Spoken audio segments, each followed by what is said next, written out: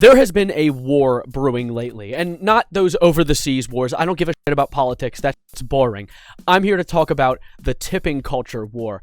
It's been brewing for a long time, but as of lately, it's been kind of coming to a tipping point. And for those of you unaware for what tipping culture is, it's literally in the name. It's when you tip a service worker for doing a service. It's the whole idea around it being a courtesy to do so, and usually just a requirement, but it definitely has gotten out of hands to a certain extent. I mean, if you go to a Panera Bread and order a lemonade that makes your heart explode like a chest burster if you try to consume it, right as you make your order, they spin the monitor around and there's like a bunch of options you can choose to, like, oh, do I want to tip between 5% or my entire revenue share, like everything I own? And they give you these puppy eyes and look at you bad if you don't give the money that you want, they want. Not you. I wouldn't want to give money either, but that's where the kind of uncomfort around this tipping culture has gotten. But where it's tended to boil over and where it's starting to get really intense is in the delivery driver industry. And this has been ever more apparent in door dashing. Door dashing, of course, if you are unaware, somehow it is literally in the name. They dash food to your door. You order something from anywhere, they go drive it, get it for you, bring it to your house. It is a luxury. And if you've used it before, if you're someone who's used DoorDash, I literally used it a few days ago for like my third time ever. They charge you so much goddamn money. Like, I bought a $10 pizza and ended up spending $32. It is a scam. Unless you are immobile and need to stay at home, don't use DoorDash. But that's where this issue is arising, because the thing is, a lot of people have tended to jump and blame the worker, the person who's driving. A good example is a video that went viral a few weeks ago. I tried to find it throughout Twitter and it's just gone because the news happened more than a week ago, so everyone's forgotten about it now. But it was this video of this girl who refused to take all the things from the delivery driver order into the house because this woman, the one who ordered $400 worth of food and gave no tip. Now, I know, as I said, tips are annoying and they're uncomfortable and they're goddamn in the way, but that's a bit absurd, right? And the internet, of course, immediately attacked this woman, the woman who wasn't doing her job because she didn't get tipped. But you gotta understand some things, right? These drivers get paid dookie-doo-doo poopy shit. They don't get paid nothing. I went into the actual DoorDash website to look up how much a driver gets paid, and they can get paid anywhere between $5 to $10 an order.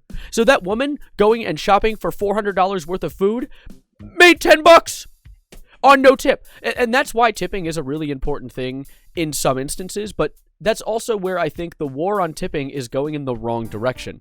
And this is like my big thing. I feel like so many people immediately blame the workers for being like, oh, they just want money. Oh, they're greedy.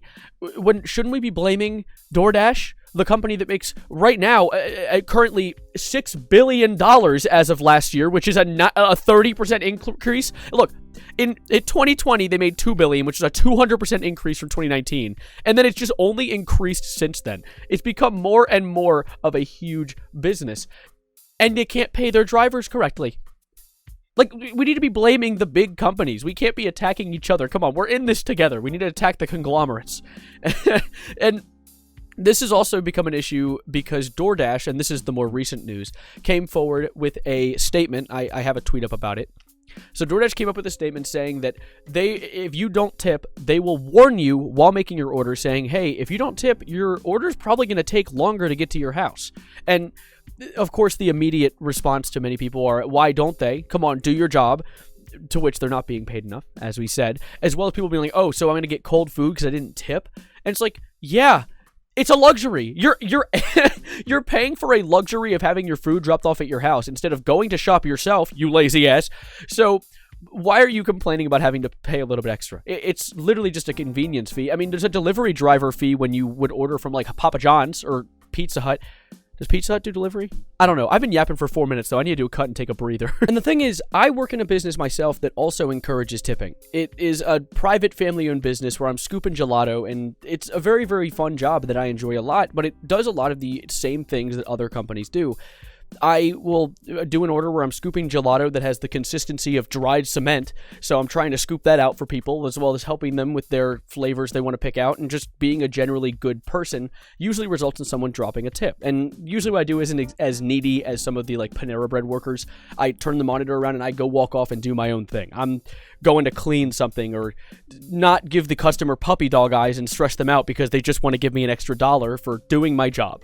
But that's where things are different, right? Because that's a private family-owned business. It isn't some giant conglomerate like DoorDash. DoorDash is a giant company that has endless money, billions of dollars. So they should be able to pay their workers fairly. And that's where it becomes so awkward, because the war on tipping isn't a war against these companies, but it should be. It's a war against the workers for some goddamn reason. If you go to these posts about the DoorDash stuff, one of the people that made a pretty valid take, surprisingly enough, was Kira on Twitter, who said, tipping culture's gone out of control to the point that billion-dollar companies are suddenly forcing customers to tip so they can get away with paying low wages. Which, yes. And this one person jumps in with this really goofy take, even though they have the same goal in mind. Tipping culture's gotten out of control, and it's literally a max of $10 to someone you're doing a service you refuse to do yourself that you don't care to pay upwards of $50 for before tip. Yes, that's the problem though. If they were getting paid a fair day's wage, we wouldn't need to tip them $10 because they'd be getting enough money. And of course, yes, even then, tipping is nice if you want to just give some gratuity forward. But even then, it shouldn't be something we need. And it is, because they're not making enough money anyways. Like, there are bad examples of, like, delivery drivers acting irrationally. There was one story of a DoorDash driver who just refused to hand over food because she got an $8 tip, which in that case is just goofy because she received a tip. I don't care about how much she had to get there. I mean, it was an $8 tip. She got something, and this is the issue, right? It's a bad look for other fellow delivery drivers because these people see people like this and they're like, oh, yeah, DoorDash drivers, they're lazy. They want so much money. They want more. They're always so greedy. When in reality, there are a lot of drivers that end up going out and getting almost nothing as a tip. Near nothing. Alongside getting almost paid near nothing by DoorDash. It's a really, really unfair situation. And what makes it even more unfair is they don't even get paid for gas. They don't even get paid to get the gas to power them to do the job that they're getting paid for. And, like, let me show you really quickly. So I looked up a site talking about how DoorDash drivers can get gas, like save their gas costs, right? And you'd expect maybe one to be like, okay, so does DoorDash help you? Does it like fund you in any way? So here's the reasons, right? Here's the ways. Choose orders that with mileage that will offset your gas costs, so it's on you, do better. We have 2, write off your gas costs as tax deductions, which is probably the only reasonable one in this list, because the next one is sign up for a Dasher Direct and get 2% cash back on gas purchases. 2%! 2%? Like, I for my Honda, I put $45 worth into it to fill it up from bottom to top, right? And so these people getting 2% are probably making back less than $1. I probably make back more money by going to Highs and getting on the rewards program and just getting like 6 cents off my gas per gallon.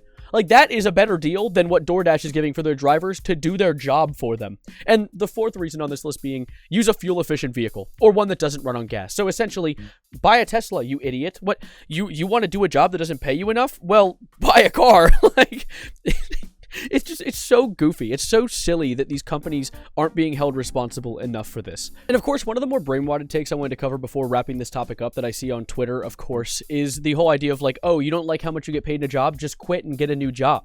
And there is a multitude of reasons to explain why that's a stupid take. One of them being, if you do not want people working those lower paying jobs, like, why are you dick riding a company? Why are you dick riding a giant entire brand? Like, Nike, get off Nike's dick. They do not know you.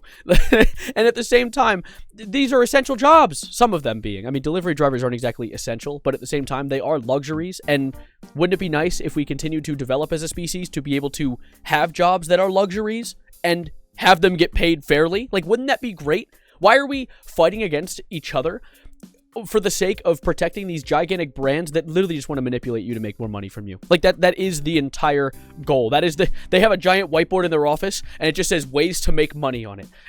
And the top one is the people dick riding their company. It's just so incredibly silly. And I just want to leave you with one more thing, and this is the only tipping situation I think is so incredibly stupid, and it is that there are now self-checkout machines reportedly asking for tips. The goddamn robots are trying to get tips now. These goddamn AI trying to take our money. That wasn't a voice crack. That was accentuated. I did that to add emotion to the situation. Anyways, I'm getting out of here. I'm tired and I've recorded enough.